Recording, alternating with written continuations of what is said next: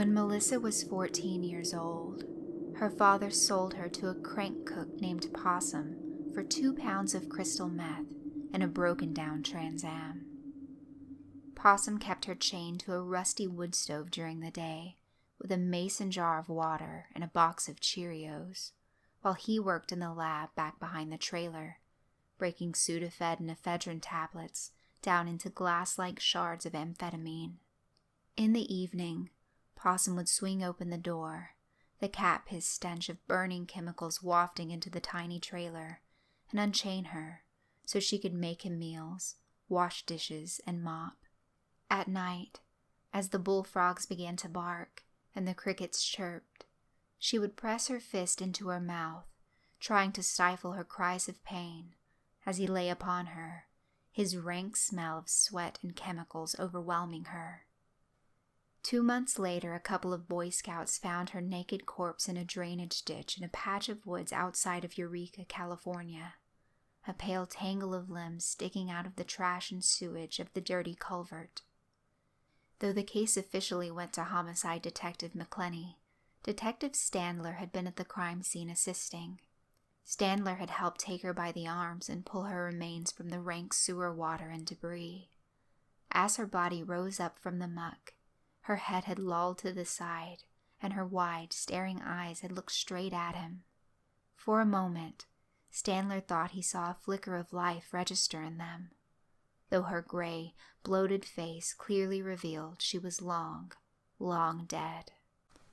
Standler settled deeper into the seat of his car and flipped open the battered copy of Hamlet, scrolled down the long list of names he had scrawled on the last page.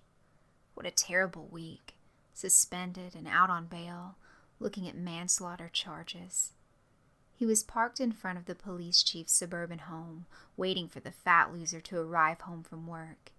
He eyed the long list and sipped from a pint of wild turkey, washed it down with a warm Budweiser, and thought to himself, someone who could do something like that to a 14-year-old girl, how can you let someone like that live? Who would possibly miss them? Who could possibly care? And no one had. Nobody missed that piece of shit Possum. 2 weeks paid administrative leave was all Standler had received after he emptied his service revolver into the sick degenerate's face. It had been a big bust. The lab, kilos of meth, and an arsenal of weapons. Everyone in the department was happy, and all he had gotten was 2 weeks paid leave and a wild party at the Alibi, thrown by the other detectives and a gaggle of uniformed officers. When the inquest asked him why he had gone out there, outside his jurisdiction, to that backwoods no man's land, he had simply replied he was following up on a lead from an informant. What was he going to say? That a ghost had told him where to look? That the little dead girl had come back from the grave and told him? That in the dark, pre-dawn hours, that twilight time between sick drunk and excruciatingly hungover, he would awake, lacquered in sweat, his wife snoring loudly beside him, the room spinning, his heart threatening to break free from his chest, and there she would be, a frail little girl, at the foot of his bed, her stick-figure limbs draped in a white nightie, its hemline stained in dark, crimson streaks. The first time he had seen her, he had screamed, horrified, the raspy noise of his own startled voice burning in his dry mouth and throat. His wife awoke and shot straight up in bed. "What is it? What is it?" Standler blinked his alcohol-swollen eyes. Only darkness. The girl was gone. There was nothing. "Nothing, honey. It was nothing. Just go back to sleep. I just had a nightmare." "Kay, honey." His wife had rolled back over and immediately began snoring again. He lay there till the room grew pale in the morning light, his flesh tingling, wondering what he had seen, if he was going insane. The next time the little girl had appeared, he was calmer. He blinked twice quickly, expecting her ghostly form to disappear like last time. But she didn't disappear. She remained there, looking down at him with her cold eyes, sunken deep in their dark sockets. He stared in disbelief. Was it real? Could this pale figure possibly be real? That's when she had stepped up to him, quickly, and her blue lips parted, and she began to speak, to tell him things in a whisper.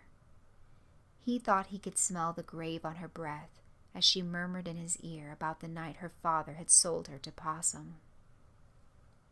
It had been a dark night, deep in the backwoods of southern Humboldt, past the mountains of Alder Point and Blocksburg, in a place that didn't even have a name, near Zinnia, on the Trinity border, where it snowed in the winter, and the cold mornings found the hills hardened in ice. The sky was black and was pouring rain. Her father had been drunk and handled her roughly, pulling her by the arm through the muddy front yard. She was terrified and devastated that her daddy's big Danner logging boots were splashing mud up all over her dress. Her mother had been dead less than 3 weeks. Her father had shoved her roughly through the front door of Possum's trailer. "She's all yours," her father had spat at the old, bearded man in greasy overalls. Possum had shuffled forward and took her cheeks into his grizzled, calloused hand, squeezing her face tightly, moving her head back and forth for inspection. "Oh, she's a pretty one." "If you say so," her father said. "She's got that weird eye and those messed up teeth, but she can cook real good and clean. She's damn handy with a broom." "Oh, yes," the man chuckled, handing over the sealed bundles of methamphetamine. She'll do nicely." And 2 months later she was dead and abandoned like so much trash. The sick shits. How could he let them live? And no one missed Possum. No one mourned him. They had thrown Standler a party. He had been a hero. That time. The second time was different. That one had gotten him suspended, most likely fired. No pension, no 401k. He might even see some time for that one. Standler sipped his whiskey, reached down between his legs and lifted up the Beretta. An old pistol. His father had given it to him long ago. He cradled the heavy, cold weight of the gun, waiting for his old boss, that fat asshole, to arrive back at his nice suburban home. Maybe his wife would find him dead on their well-manicured front lawn. Maybe one of his teenage kids. Oh well, to have a sicko like that for a father. Just desserts. It was a warm night, and he had the window down, the whine of passing trucks on 101 softly humming in his ears. He thought of Hamlet. He had taken a Shakespeare class back in college when he was studying criminal law, still entertaining the idea of going on to law school and becoming an attorney, before Charlotte got pregnant and he quit school and joined the force so he could start making money for his new family, only to have her give birth to a stillborn boy 7 months later, never to conceive again. Hamlet. That tale of the haunted Danish prince had always stuck with him. Standing atop the castle parapet, the ghost of his father crying out for him to avenge his savage murder. And the ghost says, "My hour is almost come when I to sulphurous and tormenting flames must render up myself." Standler always wondered, was Hamlet insane? But no, that would mean they were all insane. Horatio, Marcellus, Bernardo, they had all seen it. They couldn't all be insane. It had to be true. The ghost had to be real. The second time the little girl told Standler to kill, things hadn't worked out like they had with Possum. "My father," she had whispered. "Kill him." And how couldn't he?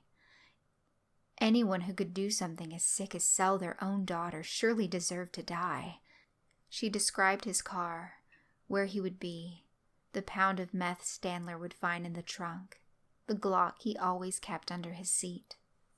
Standler had waited at the Red Lion Hotel on Broadway, right where the little girl had told him to, and just like clockwork the car had rolled right into the parking lot.